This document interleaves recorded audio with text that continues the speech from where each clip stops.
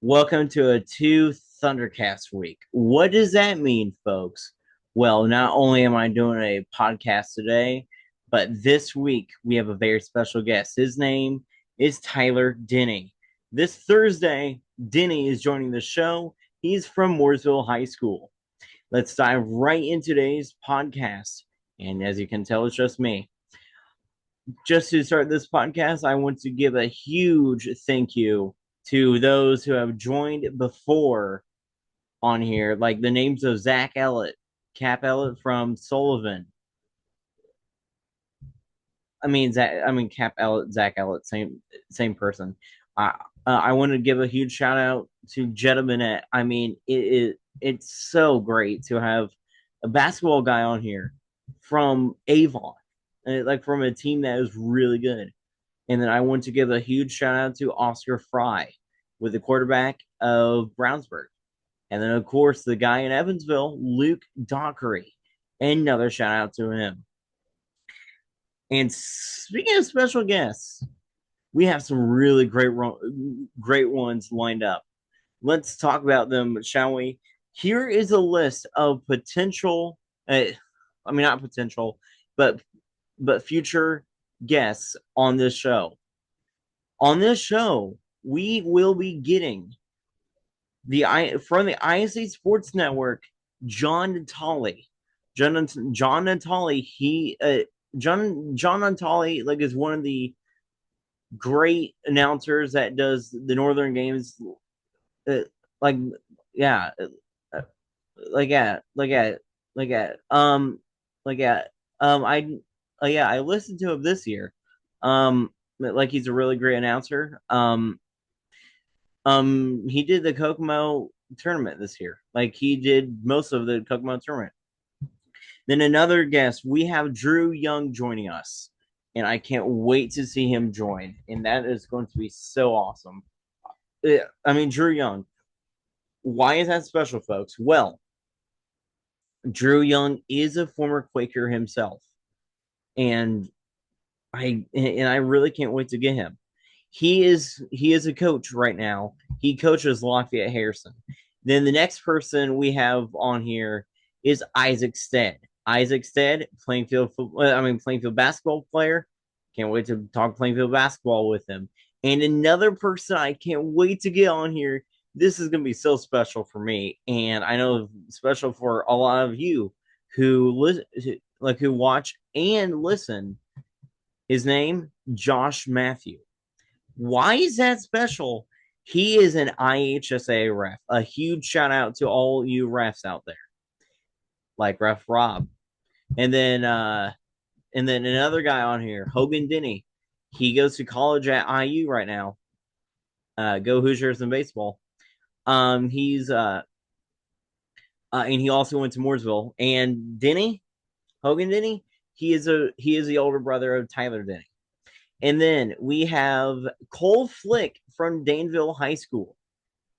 And then and then and then also we have a few triple people on here. Me and two others on here.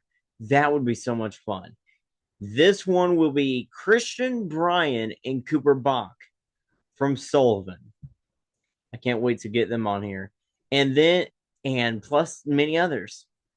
And then we have and then the next thing I want to do is give a rundown how this works. What I do on here is very special. I am a see, I'm not a popular guy on here on YouTube. I am not a popular podcaster. I'm trying to kind of get there. I'm trying to get a lot of people from the IHSA to listen, because I do have to say that it would be really cool if they listened and joined. So if any of you from the IHSA want to join, let me know, and I'd be happy to schedule you on here. It's completely free, of course. And now let's go to now what we were really here for. It's high school basketball time. High school basketball. Let's first recap the Hendricks County tournament. Tuesday on that first Tuesday, January 6th, we had Danville travel to Tri West, and then of course Avon traveled to Cascade.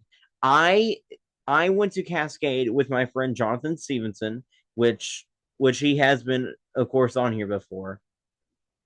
But I do have to say that that Avon Cascade game by see I watch Avon play, and I was thinking to myself, and I was telling Jonathan that how Avon was playing was pretty much how they were gonna play against us. They didn't play good against Cascade, and they got killed by us. And then and then and then we had in the second round we had Tri West take on Danville, and then Avon take on Plainfield. Uh, uh, I mean, no, Tri West did not take on Danville. Tri West took on Brownsburg.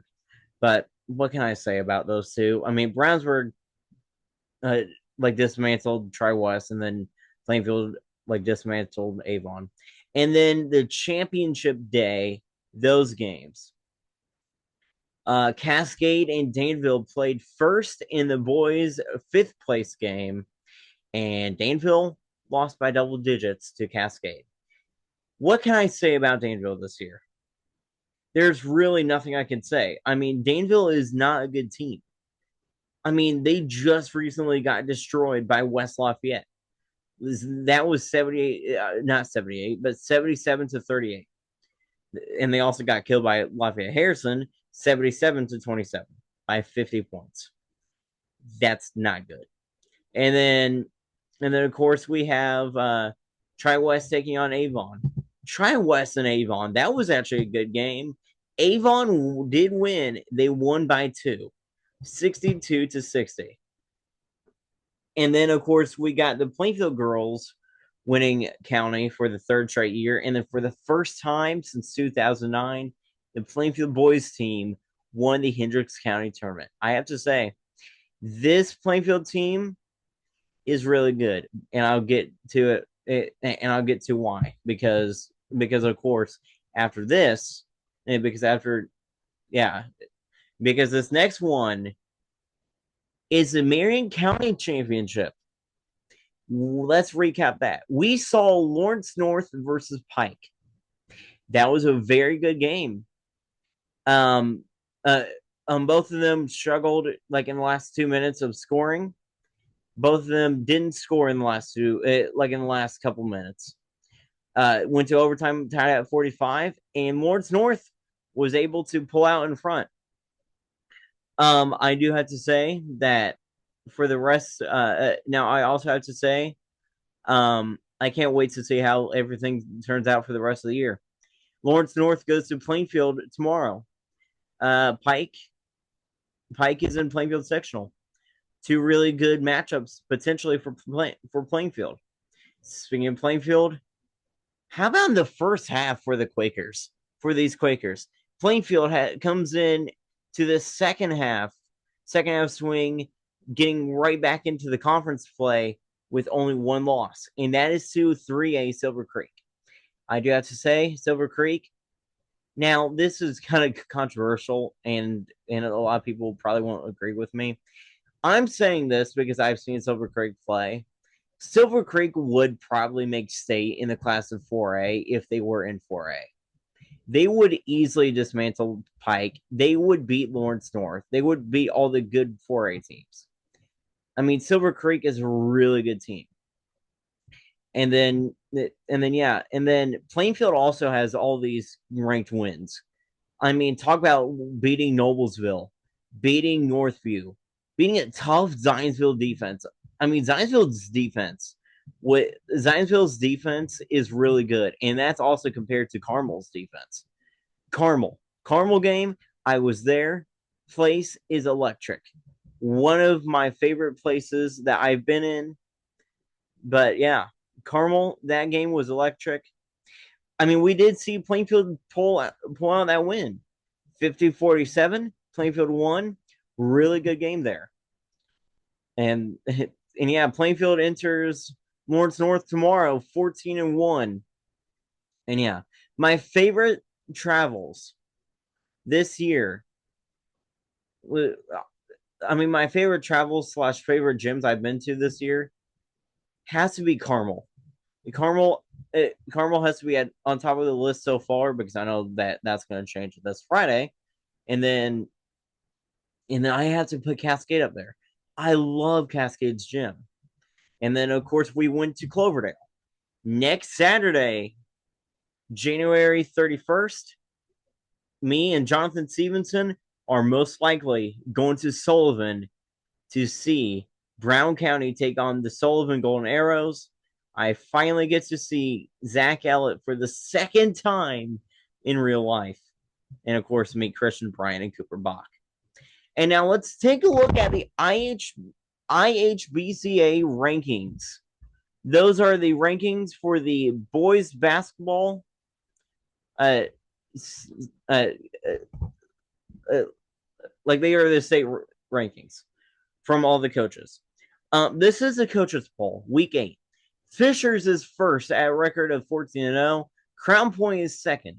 Plainfield is ranked third. Silver Creek is ranked fourth. Lawrence North is ranked fifth. Carmel is sixth. Pike is seventh. Mount Vernon is eighth. Cathedral is ninth. And New Albany is 10th.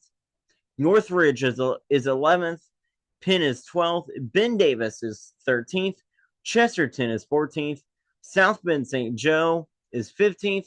South Bend Riley is 16th. Homestead is 17th. Northview, who Plainfield just beat, is 18th. 19th is Terre Haute North.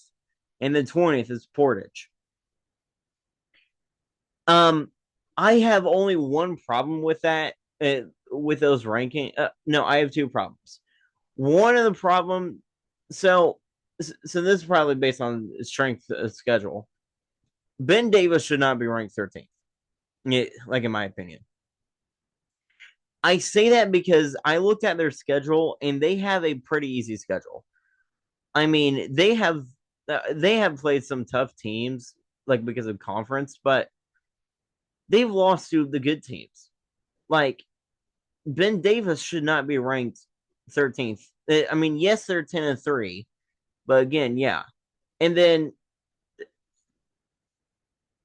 of course this next statement, this next statement, I'm probably gonna get yelled at, but I don't care. Plainfield shouldn't be ranked in front of Silver Creek. Plainfield should be ranked fourth, not third in the state. Silver Creek beat Plainfield. They're 16-1. Yeah, Silver Creek should be ranked third. And now let's take a look at my top 10 rankings. Let's rank my top 10 teams. At number 1 in my rankings list, I have Silver Creek. I have Silver Creek first, and I will explain why. Silver Creek, once again, a really good squad. At number 2, I have Crown Point. Crown Point, they are once again a really good team. Yes, Crown Point is undefeated. Yes, they beat Silver Creek. That's Silver Creek's only loss this year. But Silver Creek, they could get it back. Reason why they lost at Crown Point is because they got tired. It was a close loss. And then coming in at number 3 for me, I have Fishers. Why do I have Fishers that low?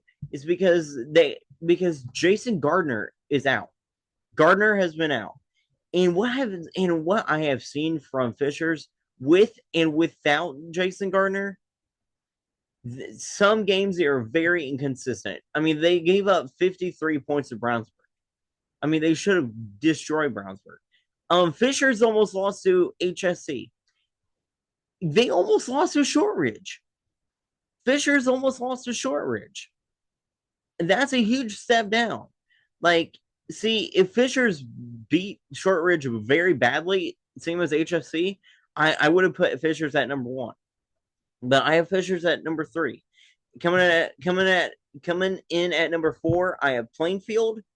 There's really nothing I can explain about that. Plainfield's really good. I mean, I'm not trying to be biased. See, here's the thing. If I was biased, I would put Plainfield at number 1 in the state. Now, I do have to say, Fishers, Crown Point, Plainfield, and Silver Creek all have a reason why to be number one in the state. But that's why I have Silver Creek number one. And then at number five, this is not it. I mean, this is the same as the Coaches Bowl. I have Lawrence North. Lawrence North is good. Lawrence North is good, but their size differential to Plainfield. Plainfield has one up them on size, just a little bit. And then number six, I have Pike. I have Pike at six because they are a really good team, but actually no. Think about that. No, I have Mount Vernon. I have Mount Vernon Fortville at six. Mount Vernon led by Luke Ertl at six. Seventh, I have Carmel. Carmel Carmel is decent. I mean, their offense isn't as good, but their defense might be the best defense in the state, and that's not a lie. Coming in at eighth, I have I have Cathedral. I have Cathedral at number eight because we have seen how good Cathedral has been. Cathedral is a really good team. Coming in at number nine, I have Pike. Why do I have Pike at nine? At nine? Because, guys, I don't like Pike. Like, see, I respect them and I like Pike, but I don't like Pike being high in the rankings. I've seen how they play. They see, just like Ben Davis, they have played some iffy teams, and they've also played some really good teams too. But Pike is really very inconsistent. I mean, they let up a lot of points to Decatur Central. Um, yeah, yeah, yeah. Pike is very inconsistent. I mean, yes, they are definitely the second best team in Plainfield sectional.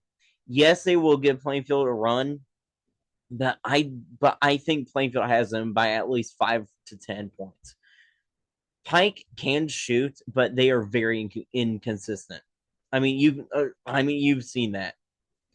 And then coming in at number 10 in my rankings, I have New Albany. I have New Albany at 10th. Why? Because New Albany's good. I mean, Plainfield beat them by double digits. Lawrence North barely beat New Albany. Plainfield played good against New Albany. I mean, they were able to keep up with their speed. They will be able to keep up with Lawrence North's speed. That is my top 10 rankings. Now, let me go back to this. And then to finish off this podcast, I want to shout out some other schools. My first shout out is Terre Haute North. Terre Haute North, I would have put them in the top 10 if they played better. I don't like their defense. Terre Haute North's defense is not good. I mean, to be honest, they almost lost to Terre Haute South. Why am I screaming? Is because Terre Haute South is not that good. Terre Haute South is not good. Um, Terre Haute North actually also gave up 50 to Cloverdale. That was a close game. Yeah, that was a close game early. Let me adjust myself here. But yeah, Terre Haute North barely beat Cloverdale. I mean, not barely beat. I mean, they won by at least 20, but gave 50 to Cloverdale. Cloverdale should not have scored 50 on Terre Haute North. And then another team I'm giving a shout out to, Lafayette Harrison. Lafayette Harrison, they do have a good record. Although they are not that good, they still have a really good record. Another team I am giving a huge shout out to is Sullivan, led by Christian Bryan and Cooper Bach. Both of them are really good. Sullivan is really good. You saw Sullivan in the first Financial Classic give a run to Northview, almost beat Northview, but didn't. And Northview is the other team I am shouting out. Northview, a huge shout out to Northview. Northview is a really good squad. That was shown versus Plainfield. They did not give up. I mean, Plainfield got up early. Plainfield got up early, kind of stalled just a bit. Northview came back, but Plainfield didn't fight. But Plainfield fought back. Northview fought back as well. And all I have to say, Northview. Northview will win their sectional in 3A. They will not win 3A. My 3A state champion prediction, not even a question, is the Silver Creek. Silver Creek will beat Cathedral. Well, folks, that will do it for today's podcast. And I will see you next week, but I will also see you on Thursday as we have Tyler Denny joining the show.